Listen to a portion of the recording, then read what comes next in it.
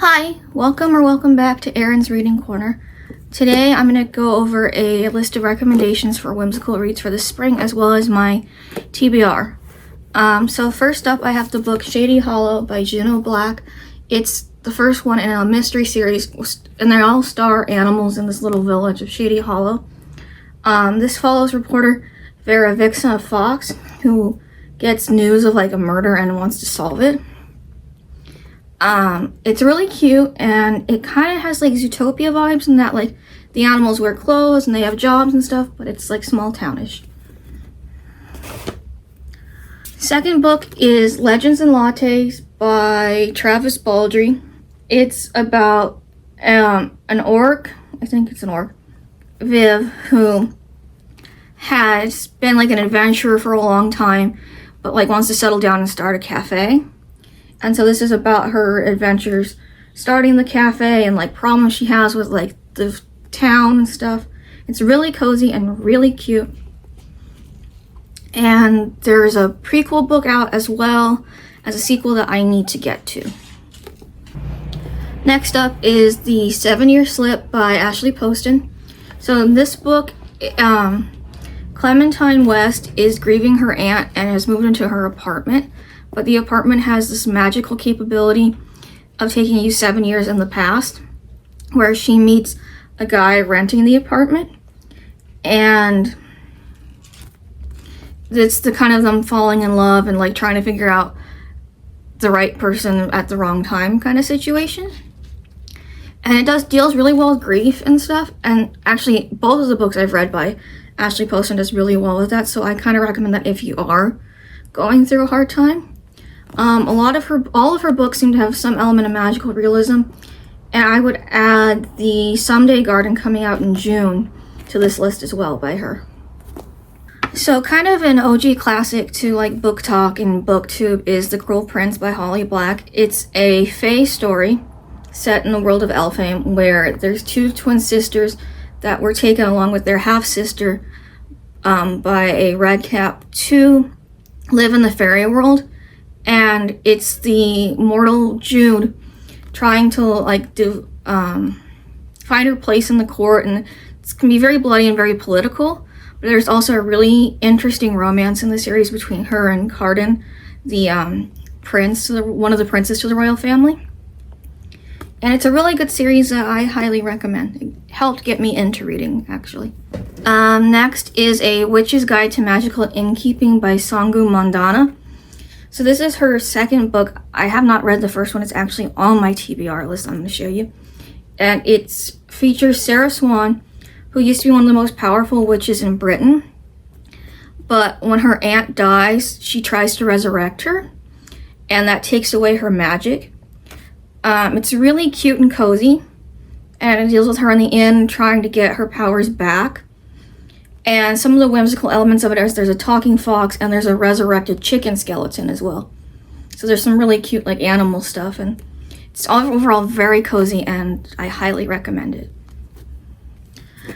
So haven't noticed there's a theme of like cozy fantasy in this.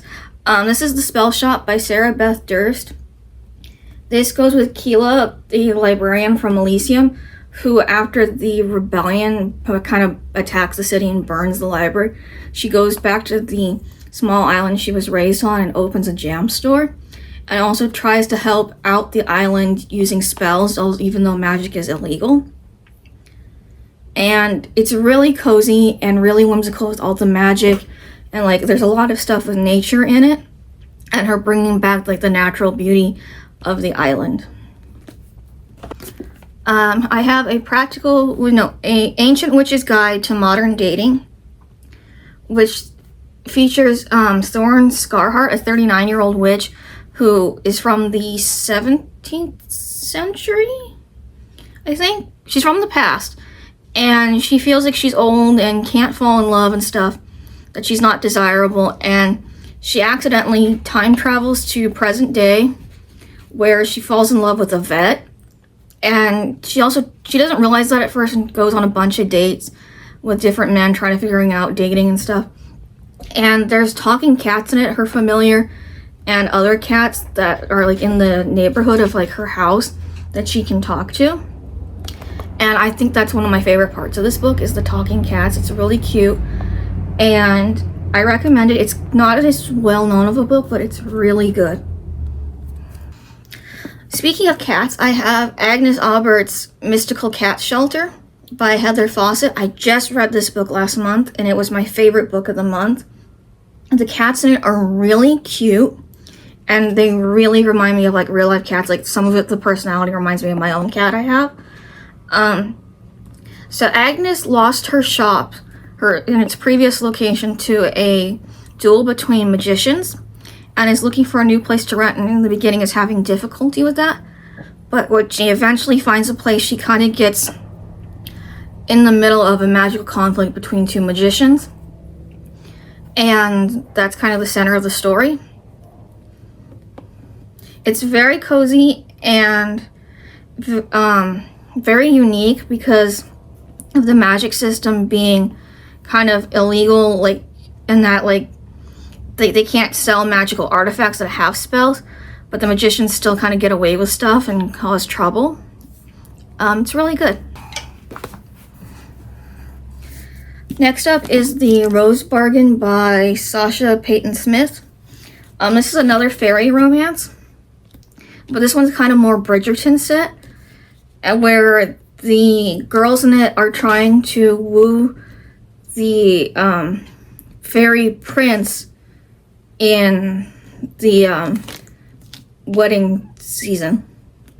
So basically, instead of it being the normal royalty, one of the fairies became Queen of England, and she controls the whole matchmaking season, and people make deals with her to like have like a nicer singing voice or to look prettier to hopefully get a husband, or for the husbands to meet a wife and stuff. And it's really interesting because the main character doesn't make a deal with her, but is trying to court the prince. And if you court the prince, you cannot marry anyone else if you lose in the courtship. So it's very competitive and stuff. And my last recommendation is the entire series of Assistant to the Villain, which follows Evie Sage as she seeks employment and comes across the villain in the woods. And it's kind of their misadventures, trying to deal with a prophecy and figure out who's like selling information to the king and stuff. And it's really funny, and I've often heard it compared to Once Upon a Time meets The Office.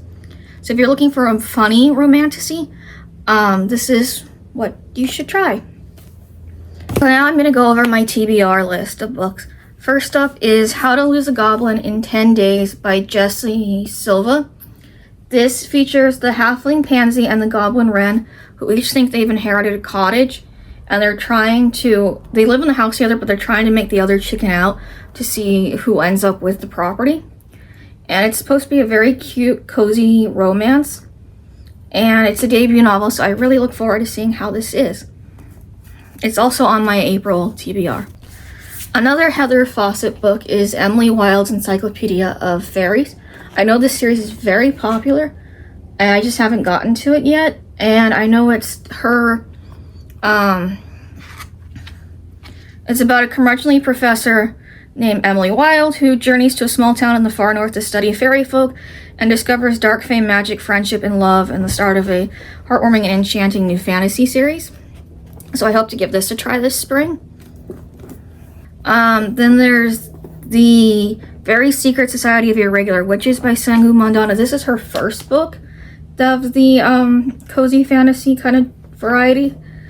And this one centers around Mika Moon, who knows she has to hide her magic and keep her head down and stay away from other witches so their powers don't mingle. But she ends up being begged to come to Nowhere House to teach these three witches about magic. And I really loved A Magical Guide to Innkeeping. I think that's what it's called. A Witch's Guide to Magical Innkeeping. And so I really hope this one will be good, another 5-star. So Sarah Beth Durst has a whole series following The Spell Shop where there's 2 other books, but then she also came out this year with a YA fantasy called The Faraway Inn. And this one is about a cozy contemporary fantasy set in quaint Vermont inn that proves sometimes magic is the only doorway. When 16-year-old Calissa arrives at her great aunt's B&B in rural Vermont for the summer, she's shocked to find a rundown inn rather than the cozy bed and breakfast she was expecting. Grumpy and eccentric Aunt Z is determined to keep anyone from messing with her beloved inn, even though she clearly needs the help. To convince her great aunt to keep her around, Calissa sets to work fixing up the inn, enlisting extra help from the groundkeeper's handsome son. But the longer she stays, the surer she is there's something strange about the B&B and its guests, something almost otherworldly. The inn is keeping a magical secret, but to protect the place she's come to love, Calissa must unravel the truth before it's too late. Oh, hi Watson. Didn't realize you made an appearance. So this one actually is really pretty. It's got really pretty sprayed edges and stuff. So I'm really looking forward to it, and I hope it lives up to the beauty of the cover. My last two books are picks from Book of the Month in the past. This one's from November 2024, and it's The Teller of Small Fortunes by Julie Leong. I know she also has a second book out in this series that also is supposed to be really cozy. This one's about a wandering fortune teller who finds an unexpected family. Tal is an immigrant fortune teller traveling between villages with just her trusty mule for company. She tells only small fortunes. Whether it will hail next week, which boy the barmaid will kiss, when the cow will calf, she knows from bitter experience that big fortunes come with big consequences. Even if it's a lonely life, it's better than the one left behind, but a small fortune unexpectedly becomes something more when a semi-reformed thief and an ex-mercenary recruit her into their desperate search for a lost child. Soon they're joined by a baker with a need for adventure, and of course a slightly magical cat. So it's a little adventure book. And then my last book on my TBR, and also probably what I'm going to read next, is Violet Thistlewaite's Not a Villain Anymore. This one, when I read the description, kind of gave me Insistent to the Villain vibes. So this one is, Guy Shadowfade is dead, and after a lifetime as the dark sorcerer's right hand, Violet Thistlewait is determined to start over, not as the fearsome Thorn Witch, but as someone kind, someone better, someone good.